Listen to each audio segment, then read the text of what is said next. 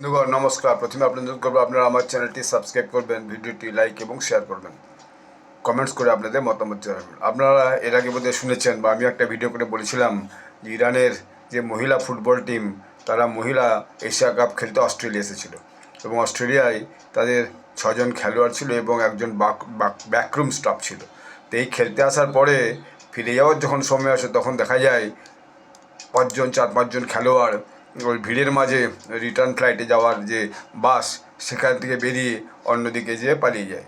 তখন তাদেরকে Australia support না করে বাধ্য করার চেষ্টা করেছিল ফিরে যাওয়ার জন্য, কিন্তু আমেরিকা বা অন্যান্য দেশের চাপে অস্ট্রেলিয়া বাধ্য হয়ে তাদেরকে অস্ট্রেলিয়াতে রিহেবিলিটেশন দেবে বলে অ্যাসাইলাম দেবে বলে জানানোর পর কিন্তু অস্ট্রেলিয়া এই রিহেবিলিটেশন বা অ্যাসাইলাম দেওয়ার কথা বললেও তাদের মধ্যে 5জন পরবর্তীকালে কিন্তু দেশে ফিরে যাওয়ার ব্যাপারে মনস্থির করে এবং তারা দেশে ফিরে যাওয়ার ব্যাপারে ঠিক করে।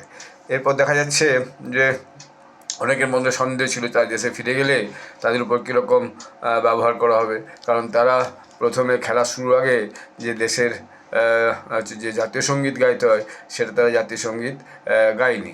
তাদের যে অধিনায়ক ছিলেন তিনি হচ্ছেন জাহারা ঘানবারি। তো জাহারা ঘানবাড়ির সাথে আরও 5জন দেশে ফিরে যাওয়ার পর তাদেরকে দেখা যায় যে তেহরানে একটা মস্ত বড় অনুষ্ঠান করে তাদেরকে হচ্ছে কি যে ভীষণভাবে স্বাগত জানানো হয় এবং রাষ্ট্রীয় টিভিতে দেখা গেছে গত বৃহস্পতিবার সন্ধ্যায় হচ্ছে যে ভালি শাহর স্কোয়ারে এক অনুষ্ঠানে 1000 মানুষ সমাবেত হয়ে তাদেরকে স্বাগত জানান। প্রত্যেকের হাতেই ছিল ইরানের পতাকা এবং একটা বিলবোর্ডে লেখা ছিল আমার পছন্দ আমার মাতৃভূমি, অর্থাৎ যে আমরা দেশে ফিরে এসেছি। এটা তাদের কাছে একটা বড় হচ্ছে যে কামব্যাক বলা যায়।